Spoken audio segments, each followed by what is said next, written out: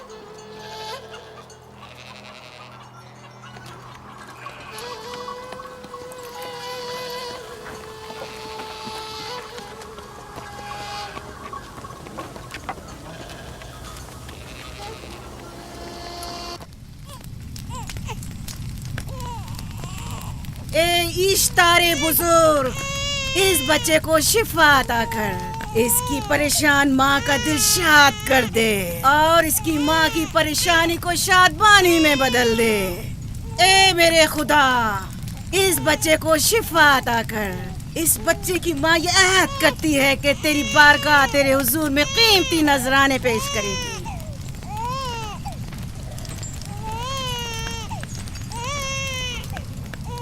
میں نے اشتار عظیم سے تمہارے بچے کی زندگی کی دعا کی ہے، اس نے میری دعا سن لی۔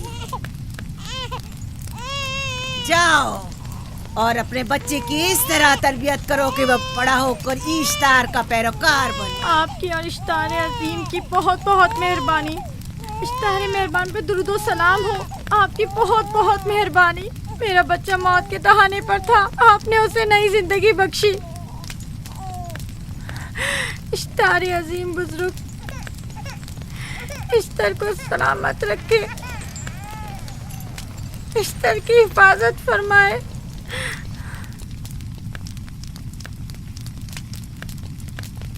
یقیناً یہ بچہ بھی ہمارے بچے کی طرح شفا یاب ہو جائے گا۔ ہاں، اشتار مہربان اور قدرت مند ہے، یقیناً اسے بھی شفا دے گا۔ یقیناً ایسا ہی ہے۔ چلیں چلو چلیں۔ یہ تم لوگوں کو کیا ہو گیا ہے؟ تم لوگ جو خود مسجود ملائک ہو، اپنے ہی بنائے ہوئے خداؤں کے سامنے ماتھا ٹیکتے ہو۔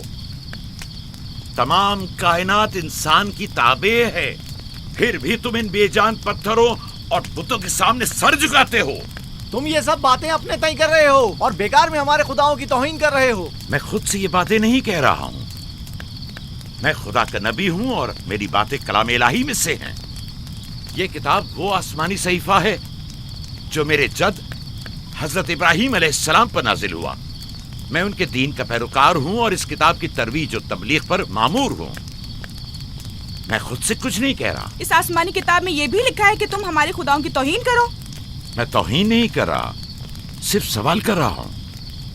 اگر جانتے ہو تو جواب دو، اگر نہیں جانتے تو قبول کرو۔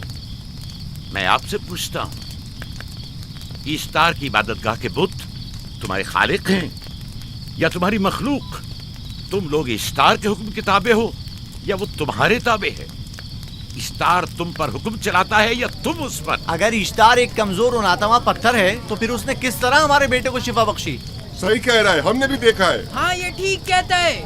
اشتار نے اس کے بیٹے کو شفا دی، میں نے دیکھا ہے۔